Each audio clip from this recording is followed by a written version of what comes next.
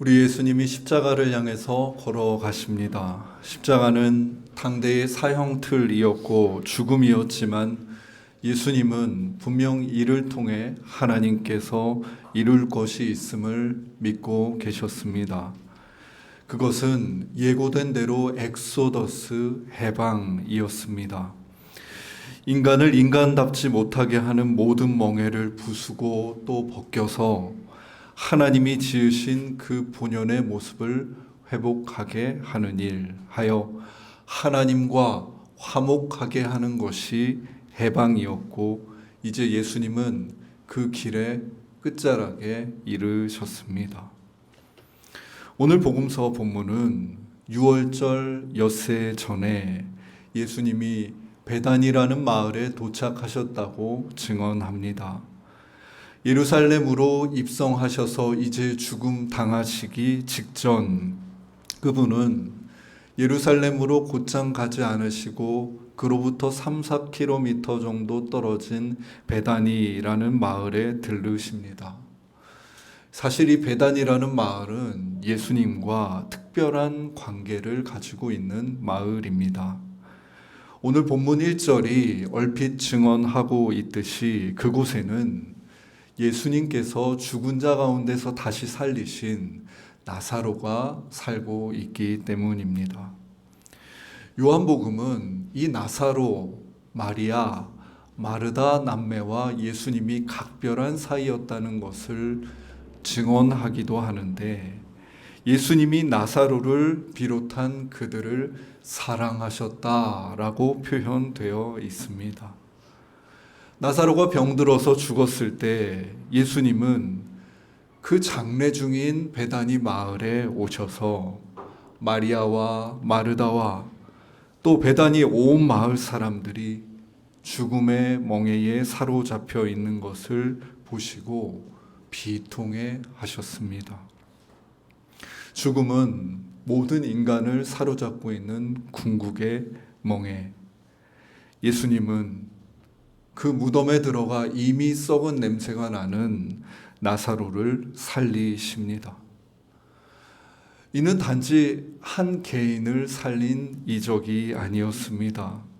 이 일은 그 죽음으로 인해 마리아와 마르다에게 씌어진 멍에를 벗기신 사건이었고, 나사로의 장례를 위해 모였던 베다니 마을 사람들을 슬픔에서 해방하신 사건이기도 했습니다. 이 소식은 금세 유대 사회 사방으로 퍼졌고, 이제 유월절을 맞아 예루살렘으로 몰려드는 유대인들은 저 예수가 메시아겠다라는 저마다의 확신으로, 기대로 찾아오고 있었습니다. 이런 특별한 경험을 나눈 이 베다니라는 마을에 예수님이 오셨으니 그 마을 사람들의 기쁨이 그지 없었습니다. 그곳에서 예수를 위한 잔치가 벌어지는 것은 자연스러운 일일지도 모릅니다. 잔치는 함께 먹고 마시고 시간을 보내는 형식으로 진행되었습니다. 여러분, 사랑하는 이들과 함께 하는 식탁, 그곳에서 어떤 마음을 느끼시는지요? 저는 가끔 제 아이들과 모여 앉은 식탁에 있으면 이제 이 순간이 몇 년 남지 않았겠구나라는 생각이 들어서 매우 아깝고 또 소중하게 느껴지기도 합니다. 아이들이 이제 곧 독립하면 수년 내로 이 풍경은 사라지고 말 것입니다. 함께 먹고 마시고 오늘 있었던 이야기를 나누고 환담을 나누는 식탁. 이 식탁은 매우 일상적이지만 사실 그 식탁에서 우리 안에 나도 모르게 쌓여있던 그 피로가 내려놓아지고 우리의 마음이 위안을 얻기도 합니다. 저는 예루살렘으로 향하시는 예수님 하여 이제 죽음으로 해방의 사역을 이루셔야 하는 예수님에게 이 식탁의 위안이 필요했던 것이 아닐까 하는 생각을 했습니다. 그 식탁 위에서 먹고 마시고 사랑하는 나사로와 마리아와 마르다와 그 마을 사람들과 함께하며 예수님은 편안한 마음을 누리고 계셨고, 그곳에 모여있는 사람들 또한 이 예수님이라는 존재를 그저 기적을 일으키는 어떤 사람이 아니라 일상을 나누는 관계 안에서 느끼고 누리는 복을 가집니다.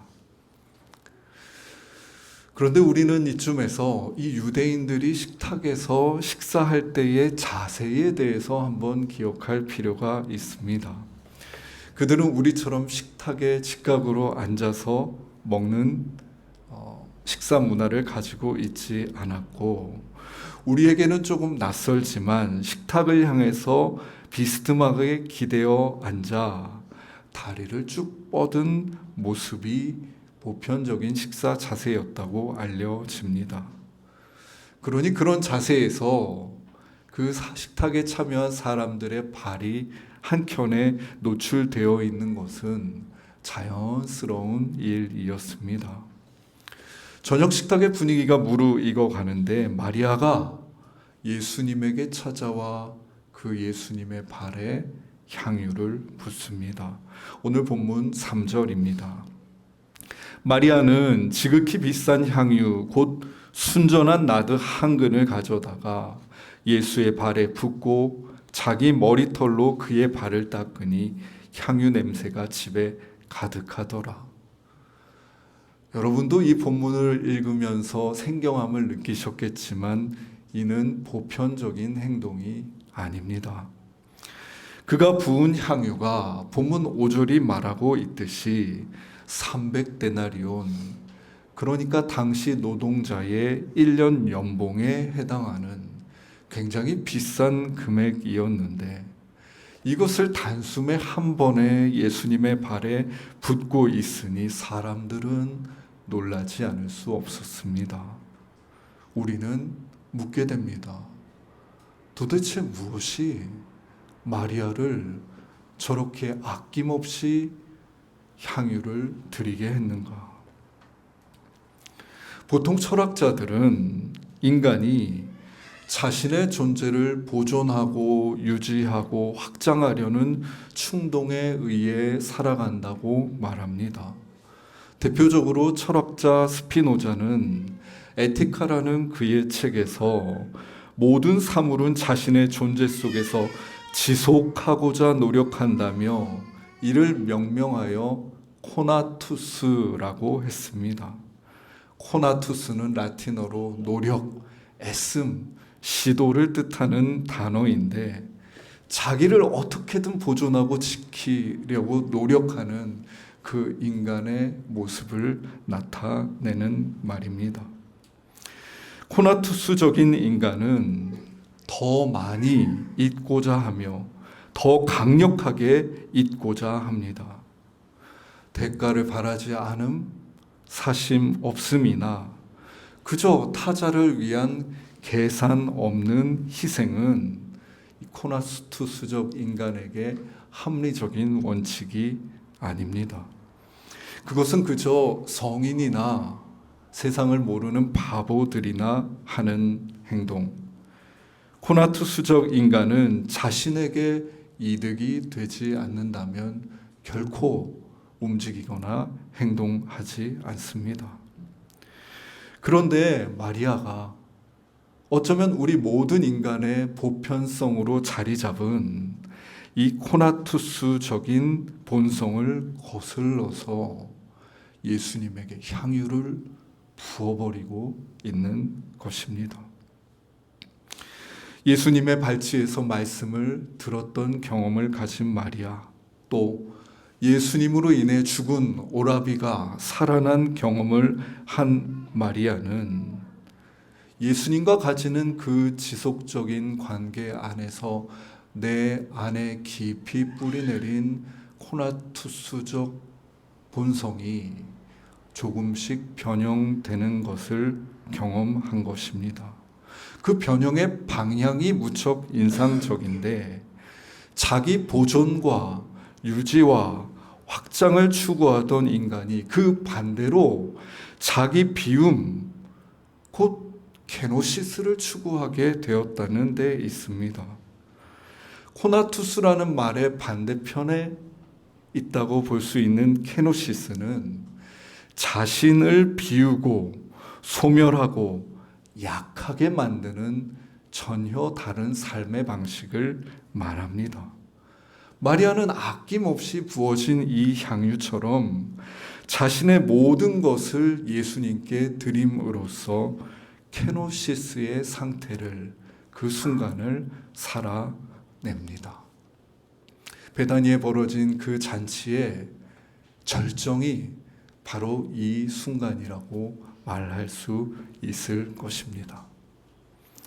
이렇게 자기 비움과 드림으로 예수님과의 막역한 관계가 고조되고 있는데 그 순간에 갑자기 가룟 유다가 정색을 하면서 끼어들어 말을 하는 것입니다. 우리는 가룟 유다가 일단 가지고 있었던 지위가 어느 정도였는지를 조금 생각해 볼 필요가 있습니다.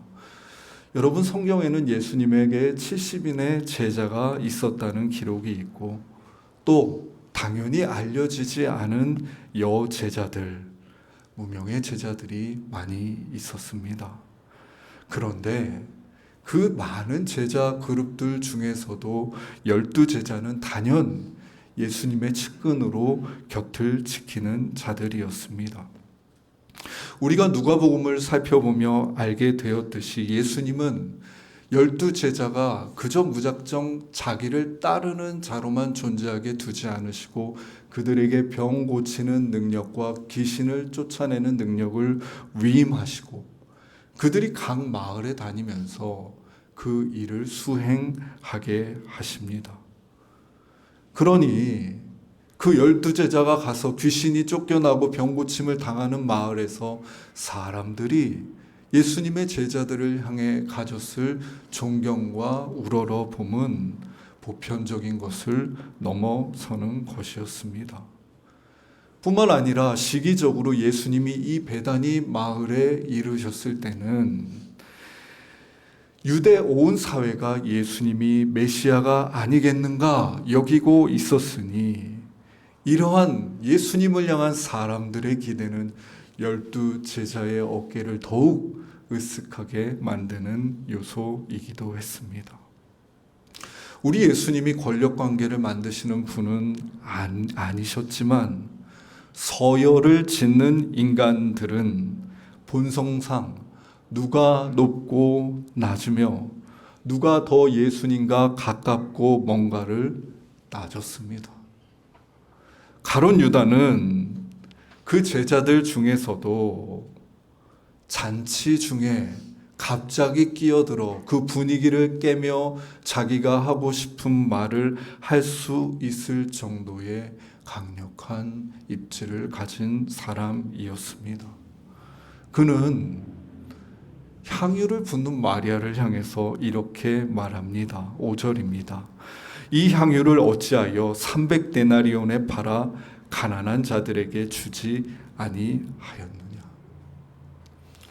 여러분, 그 잔치의 절정에 찬물이 끼얹어지고 마는 순간입니다. 그런 말입니다.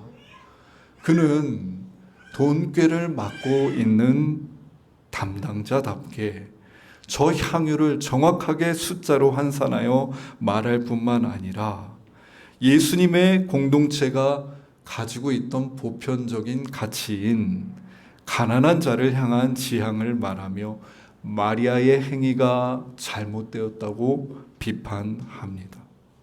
그는 조금도 절대로 마리아를 이해할 수가 없습니다.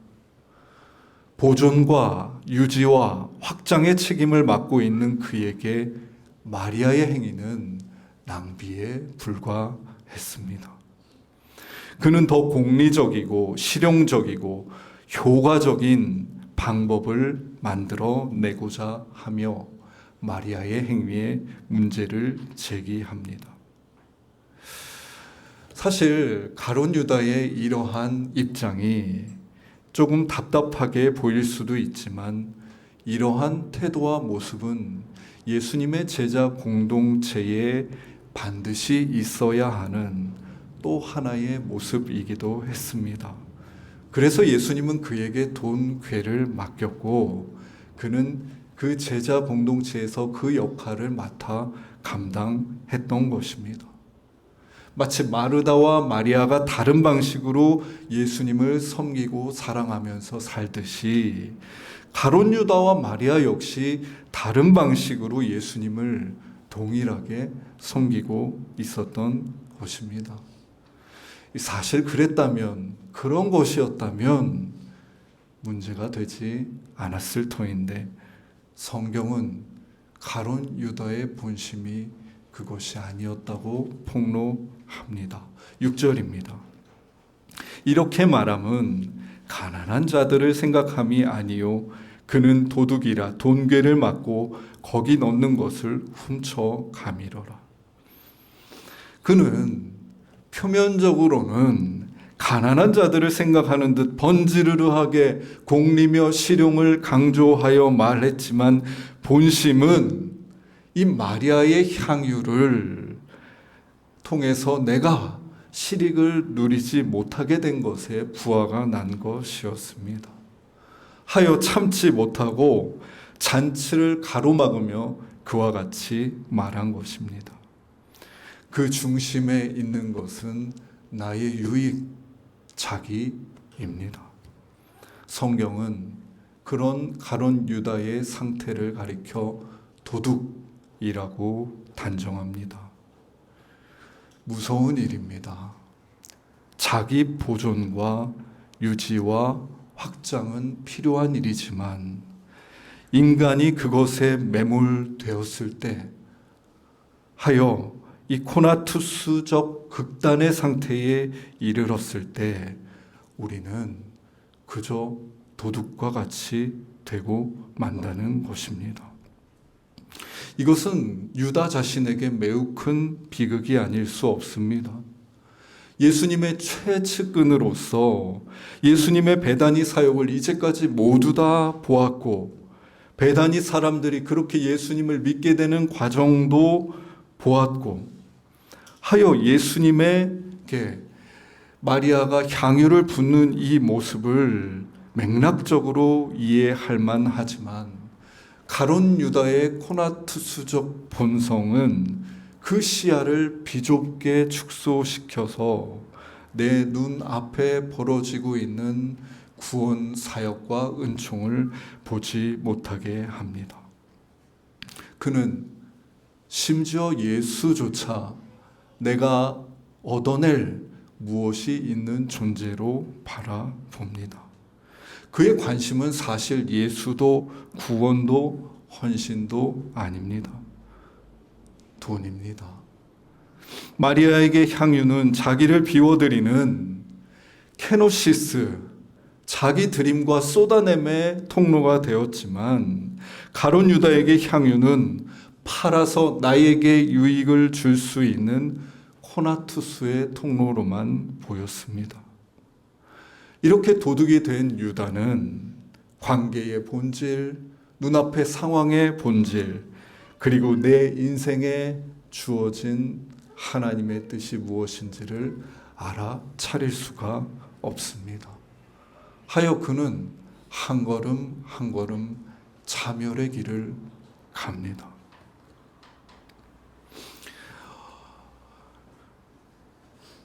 (4월 4일에는) 대한민국 헌법재판소에서 대통령이었던 윤석열을 파면했습니다.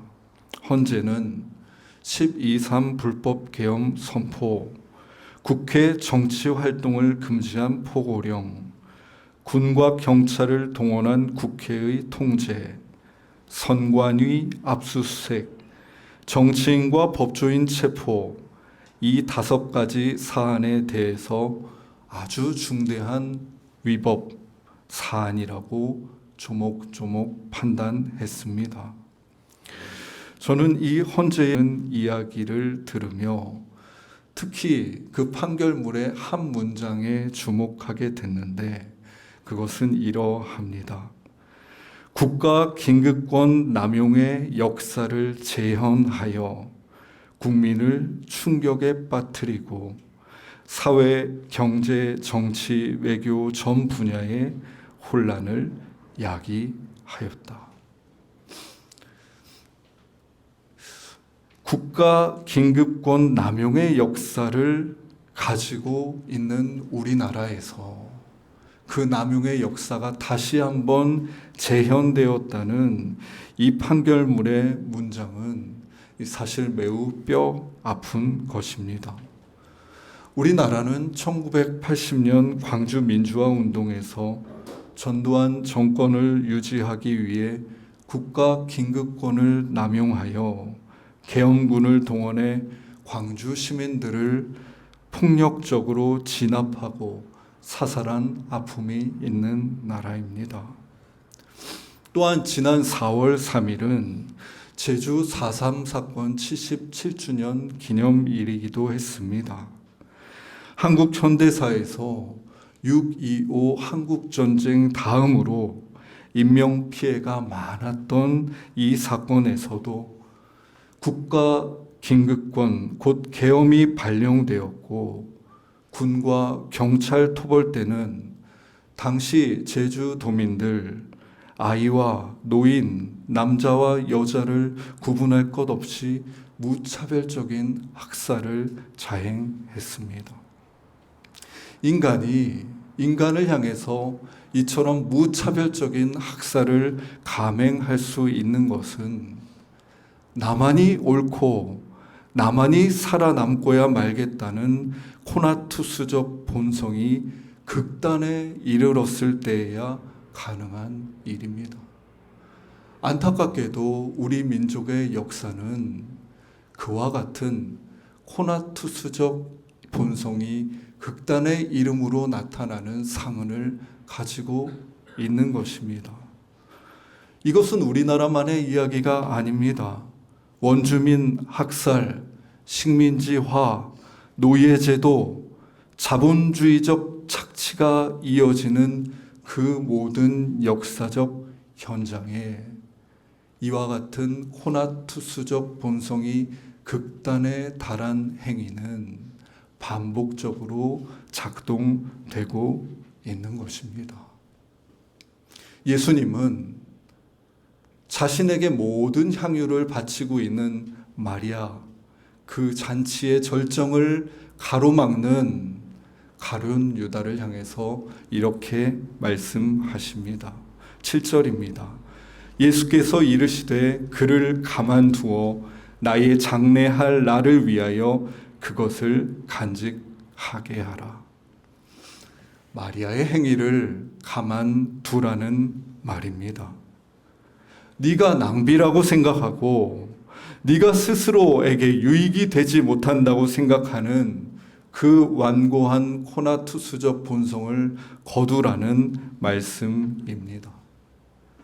예수님의 그 제지와 반대로 예수님의 그 허용으로 잔치가 다시 시작됩니다.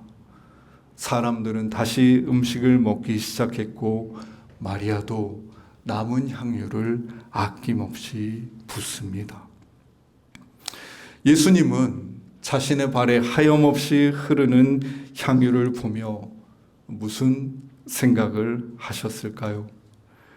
저 흐르는 향유처럼 예수님 당신의 생명 또한 이제 십자가에서 온전히 내어지고 흘러 죽음으로 해방을 이루셔야 함을 기억하지 않으셨을까요?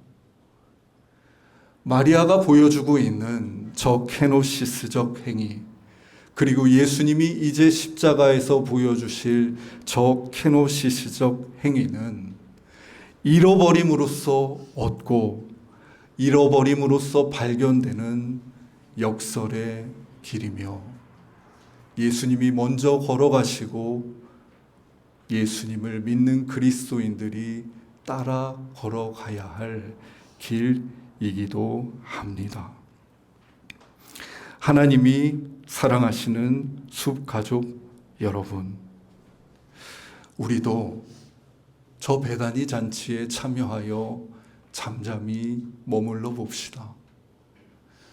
우리의 코나투스적 본성을 거스르는 마리아의 케노시스적 저 행위를 목도하고 어떻게 아낌없이 예수님에게 그와 같이 행하는지 바라봅시다.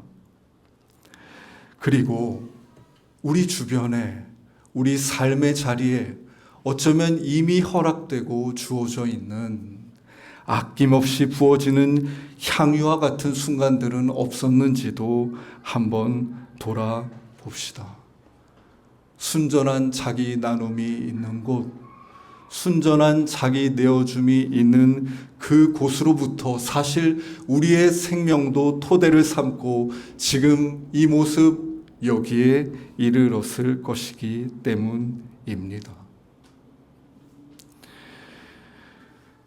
무엇보다 이제 대통령 탄핵을 맞은 우리나라가 나의 진영, 나의 보존하려는 의지만을 목적으로 하는 코나투스적 행위를 멈추고 예수님이 초청하신 저 잔치에 참여하여 광야 같은 곳에 길이 나며 사막에 강이 흐르게 하시는 우리 주님의 일하심을 묵묵히 바라보고 참여하며 따라가게 되기를 바랍니다. 기도하겠습니다.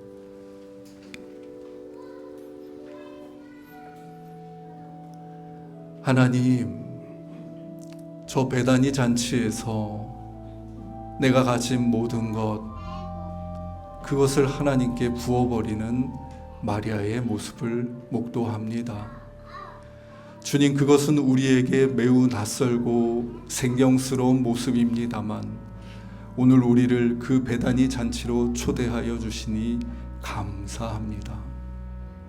돌아보면 우리의 생명 또한 그저 오늘과 같은 모습으로 있는 것이 아니라 누군가의 온전한 자기 내어줌, 자기 비움 위에 세워져 있음을 목도하게 됩니다. 뿐만인가요? 하나님 세우신 이 나라 또한 무수한 생명들의 자기 내어줌과 자기 비움을 통해 오늘 이 자리에 이르게 되었음을 목도합니다. 주님, 우리가 우리 내면에 깊이 자리하고 있으며 이 시대에 정신이 되어 있는 코나투스적인 본성을 직시하게 하여 주십시오. 그저 다들 그렇게 살아가니 나도 내 마음의 경향을 따라 살아가겠다 하게 하지 마시고 주님 보여주신 저 아낌없이 부어지는 향유를 보고 주님 보여주신 십자가의 길을 목도하며 내 본성을 거슬러 자기 비움의 길, 케노시스의 길을 바라보게 해주십시오. 예수님의 이름으로 기도드립니다. 아멘.